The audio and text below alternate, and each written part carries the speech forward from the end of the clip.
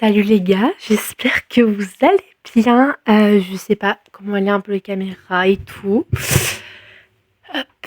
Alors, cette vidéo, elle est tournée un peu longtemps avant le postage. Nous sommes le 2 mars, à l'heure actuelle où je tourne cette vidéo. Welcome to back. Bienvenue dans la rococulture spéciale 3 des femmes de Écho de femmes, de ma série de vidéos que j'ai postée sur mes réseaux. C'est un peu la dernière vidéo de cette série de vidéos d'une semaine. J'ai vraiment beaucoup aimé parler de ce sujet, etc. De vous faire des petites recommandations. Bah, je dis ça, mais toutes les vidéos ne sont pas tournées, toutes les vidéos ne sont pas montées, toutes les vidéos ne sont pas postées. Mais j'aime énormément. Aujourd'hui, j'avais envie de faire la recoculture. Alors, déjà, c'est quoi la recoculture? La recoculture, c'est un rendez-vous quotidien toutes les semaines, toutes les 2 semaines. Ça dépend de mon rythme, ça dépend de plein de choses. Où je vous donne une recommandation de films, séries, donc en gros dans le cinéma, de musique et de livres, des choses que j'ai consommées récemment ou des choses que j'ai consommées dans la semaine. Voilà. Aujourd'hui, j'avais envie de vous faire un petit recoculture avec un livre et une série qui se joignent à eux seuls. Oula. Qui se rejoignent à eux seuls. Du coup, je trouve ça très intéressant. On va parler d'une série que j'ai vue. C'est pas une série, c'est un documentaire de 20 minutes, de 4 épisodes, si je dis pas de bêtises, sur France TV, donc France 2. C'est 20h30 le dimanche. Non, 20h13, non, 13h13 le samedi ou le dimanche, bref, c'est sur France 2 et ça s'appelle Les Deux Gisèle. On va suivre. Alors, il y a un parallèle avec ces deux affaires judiciaires historiques en France. Donc en gros, je vais vous faire un peu le résumé de ces deux affaires. J'ai pris des notes, comme d'hab. Du coup. Alors, déjà, on va parler du premier procès historique de 1978. C'est l'affaire Tonglet-Castelleno.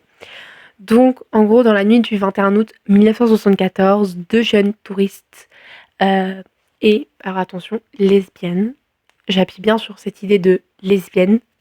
Qui, bref, Anne Tonglet et Araceli Castello sont agressés et violés par 3 hommes près de Marseille. Ces 3 hommes vont nier les faits, voilà.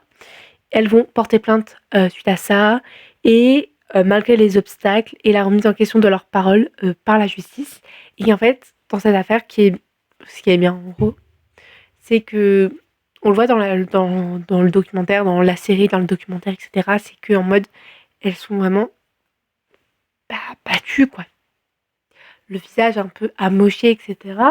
Et donc, du coup, il y a vraiment une preuve au visage.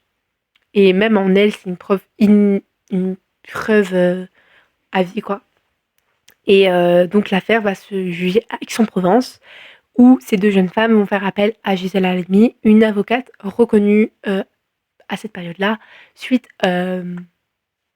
au procès de Bobigny, je crois. Je crois que c'était le procès de Bobigny. En même temps, je fais des recherches. Je crois que c'était le procès de Bobigny. Voilà, c'est un procès contre l'avortement en 1972 où une jeune femme mineure qui va être jugée parce qu'elle voulait prendre l'avortement après un viol. Et, du coup, à l'époque, en 1972, l'avortement, l'IVG n'est pas légalisé. On doit attendre Simone Veil pour la légalisation. Voilà, je suis en train un peu de m'éloigner du sujet, mais on a compris le concept. Donc, elle va défendre... et en fait, dans ce procès-là, il y a vraiment cette question de consentement et aussi où la société patriarcale, la plupart à l'époque, encore plus qu'avant, plus que maintenant du coup, va être poussée à une question que le viol doit être reconnu comme un crime grave, un crime reconnu par la loi, un crime pénal, un crime qui doit être jugé, pas par une petite sentence, par une amende, mais par un crime, pas un crime de guerre, mais un crime grave.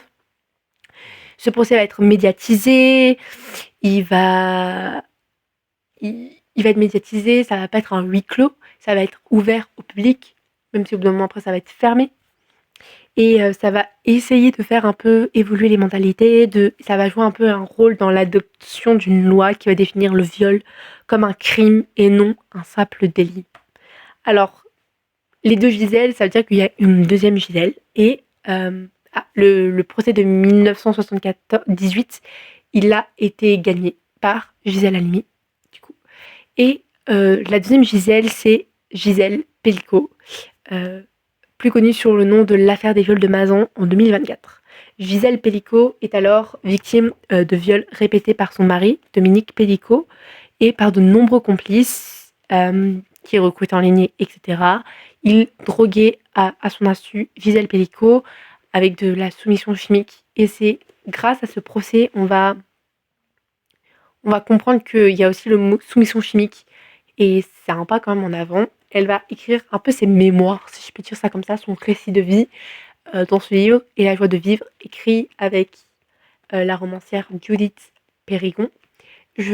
À l'heure actuelle où je vous tourne la vidéo, je ne l'ai pas encore lu, mais je m'apprête à le lire bientôt. Ne vous inquiétez pas. Et ce procès, il est assez aussi mémorable aussi. C'est parce qu'elle va refuser le huis clos, donc ça veut dire que le procès va être public et il y aura une visibilité forte, énorme, que ça soit sur les réseaux, etc. Pour petite anecdote, ce livre-là, à sa sortie, a été traduit dans plus de 8 langues. Ce procès va être très médiatique, il va voyager dans le monde, elle va vraiment devenir une icône féministe, elle va avoir énormément de soutien. Alors en fait, la série, donc les 2 Gisèle, mais en parallèle ces 2 femmes, ces 2 procès, pour montrer l'évolution et peut-être même les limites de la justice et de la société française dans la reconnaissance et la prise en compte des violences sexuelles. En 1918, on va reconnaître le viol comme un crime. Et en 2024, c'est où la victime refuse la confidentialité des débats pour exposer l'horreur des faits et elle va faire avancer le public sur le consentement et la protection des victimes. Ces 2 procès qui sont séparés par 50 ans, mais qui résonnent encore.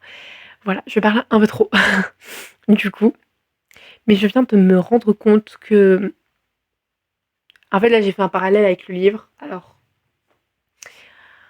je viens de me rendre compte qu'en lisant mon Notion, je devais pas vous le faire encore. Je devais le lire, le livre. Du coup, je pense que quand j'aurai fini de le lire, j'aurai peut-être une partie de moi en parlant du livre. Je sais pas si j'y pense. Mais il y a énormément d'interviews sur Gisèle Pelicot et son livre. Vous pouvez retrouver l'interview de Hugo et Scripps, l'interview sur La Grande Librairie, sur France 2, France TV.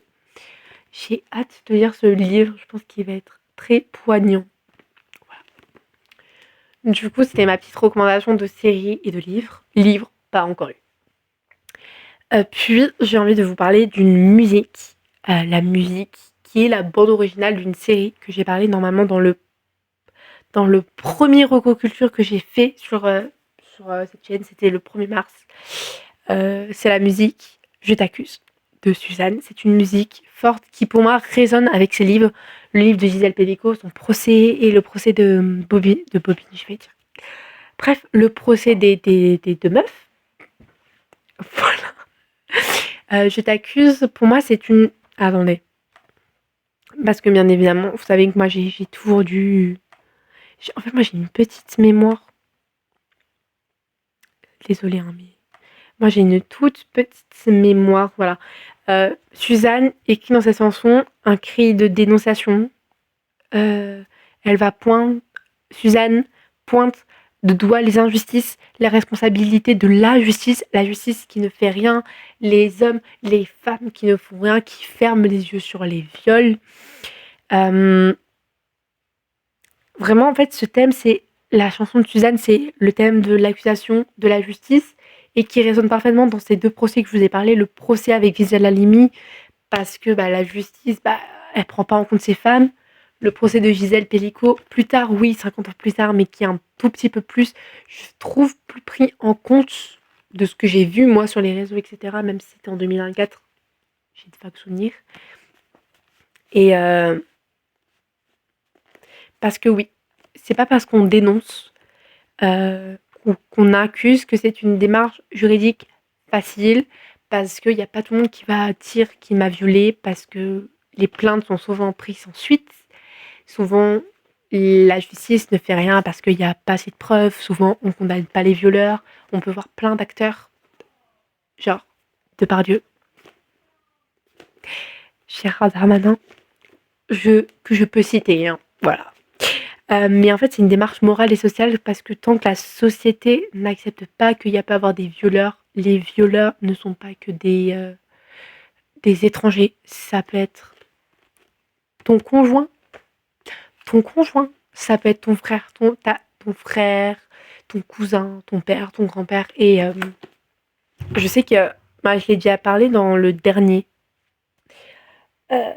dernier Reco Culture de la semaine dernière, mais ça peut être aussi ton beau-père, ça peut être pas mal, plein de choses. Et c'est pas que des étrangers, c'est pas que des noirs, ça peut être des blancs, ça peut être des bourgeois. Mais après, là, je parle du viol, mais la violence, elle peut être aussi psychologique. Ça peut autant faire mal que la violence physique.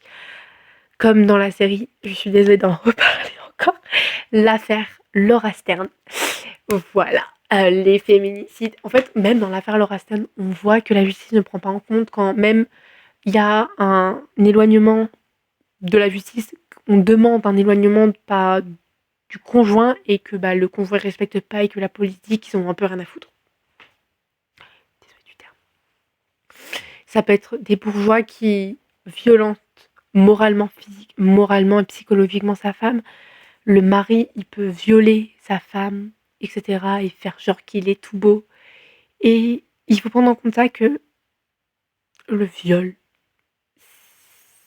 on ne demande pas des sous quand on va porter plainte. Il faut prendre plus en considération ce sujet-là. Je me suis un peu, je pense, évaporée du sujet, mais c'est un sujet que j'aime. Je n'ai pas vécu personnellement, mais c'est un sujet, excusez-moi, qui me touche particulièrement dans sa spécificité. Et je pense que c'est un combat de tous les jours de ça. Moi, je croirais toujours une victime. Toujours. Voilà.